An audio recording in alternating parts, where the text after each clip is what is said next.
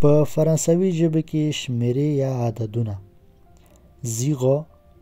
1 2 3 4 5 6 7 8 9 10 11 12 13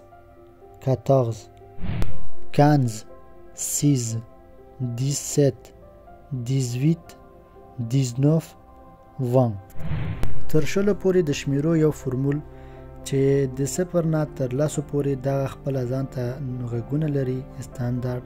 او د 11 نه تر 14 پورې ځان ته غږونه لري او 11 13 19 موږ دا ډول تلفظ کوو لکه لاس و لاس اته لاس نه او دلته د 11 x چې کوم ده دا اس تلفظ کیږي 17 او د 19 دغه x z تلفظ کیږي 18 19